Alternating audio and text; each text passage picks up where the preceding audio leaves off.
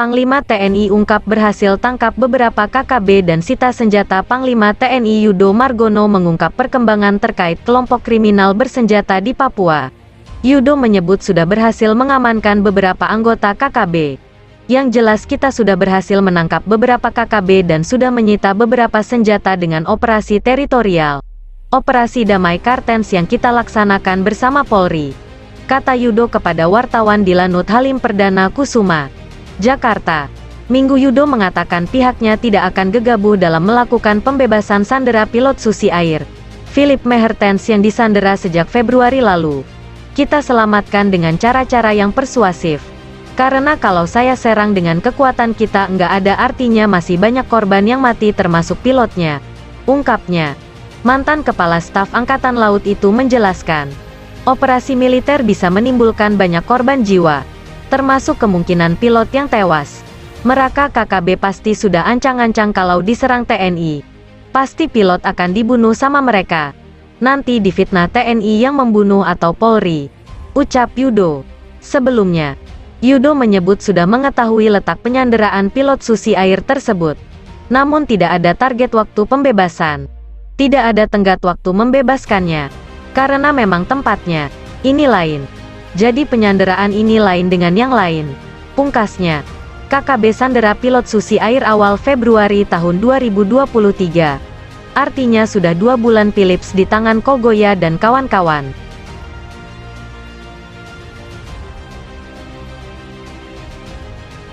Nekat melintas di depan pos TNI, anggota KKB Papua langsung diringkus. Terlibat banyak kejahatan. Tribun Jogja.com, Papua. Seorang anggota KKB Papua yang juga keponakan pentolan kelompok separatis di Kabupaten Puncak, Papua Tengah, Yomison Murib ditangkap oleh tim gabungan TNI Polri.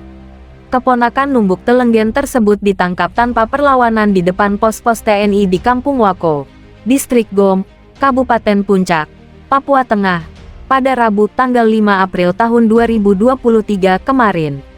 Numbuk Telenggen diketahui merupakan salah satu anggota KKB Papua yang masuk dalam daftar pencarian orang (DPO) sejumlah kasus kejahatan di Papua. Saat ini Yomison Murib masih menjalani pemeriksaan di Mapolres Puncak. Dikutip dari Tribun Papua, dan Rem 172 PVY Brigjen Sri Widodo membeberkan kronologi penangkapan keponakan Numbuk Telenggen tersebut. Menurut Brigjen Sri Widodo, penangkapan anggota KKB Papua tersebut bermula dari informasi yang diterima oleh tim gabungan TNI Polri soal keberadaan 6 orang yang mencurigakan. 6 orang tersebut menggunakan beberapa kendaraan dan bergerak berpencar. Informasi tersebut kemudian ditindaklanjuti oleh Satgas Pamtasionif Rider 303 SSM dengan melakukan pemeriksaan terhadap seluruh kendaraan yang lewat di depan pos TNI yang ada di Kampung Wako. Yomison Murib yang saat itu mengendarai sepeda motor Kawasaki KLX pun tak luput dari pemeriksaan petugas. Petugas gabungan kemudian menemukan bukti kalau dia merupakan anggota KKB Papua dan langsung mengamankannya.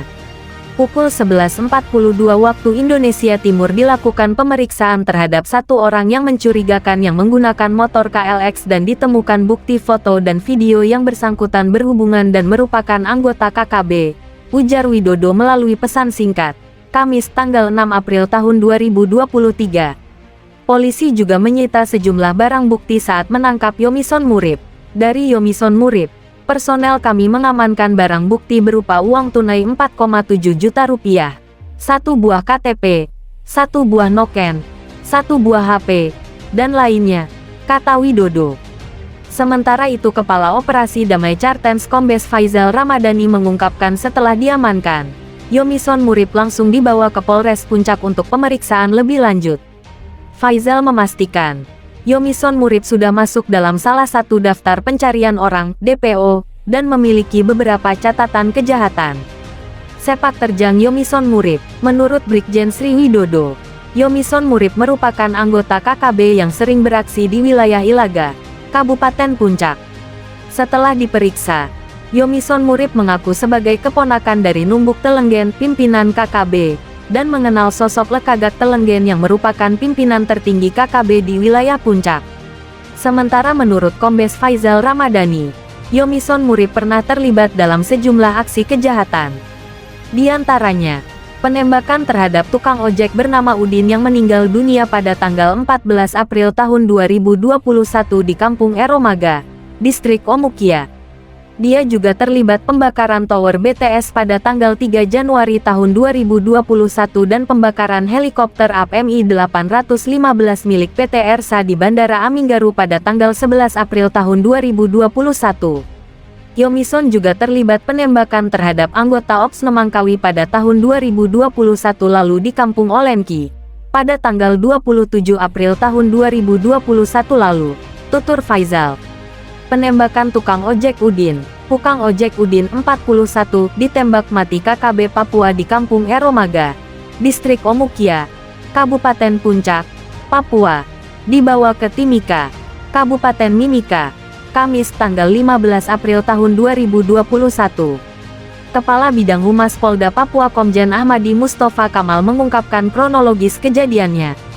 Dikatakan, pada Rabu tanggal 14 April tahun 2021, tim gabungan mendapatkan informasi telah terjadi penembakan di Kampung Eromaga Kabupaten Puncak. Mendapati laporan tersebut tim langsung mendatangi TKP. Jelasnya, tim gabungan tiba di TKP. Selanjutnya tim mengevakuasi korban ke Puskesmas Ilaga menggunakan mobil ambulans. Pukul 14.35 waktu Indonesia Timur, korban tiba di Puskesmas Ilaga selanjutnya. Dilakukan visum et repertum, korban ditembak oleh kelompok kriminal bersenjata pada saat perjalanan pulang ke kota Ilaga setelah mengantar penumpangnya dari pedalaman, ungkap Kamal. Kapolda Papua Irjen Pol Matius D. Fahiri S.I.K. menyatakan, korban ditembak saat pulang ke Ilaga usai mengantar penumpang. Dari hasil visum di Puskesmas Ilaga, korban tewas akibat luka tembakan. Ada 2 luka tembakan di tubuh korban, di bagian kepala tembus pipi kanan dan di bagian dada kanan tembus pinggang sebelah kiri, singkat Kapolda. Menurut Matius, pelaku penembakan merupakan kelompok kriminal bersenjata pimpinan Legakak Telenggen. Kami akan menindak tegas kelompok ini agar tidak terjadi lagi kasus-kasus penembakan yang menimpa warga.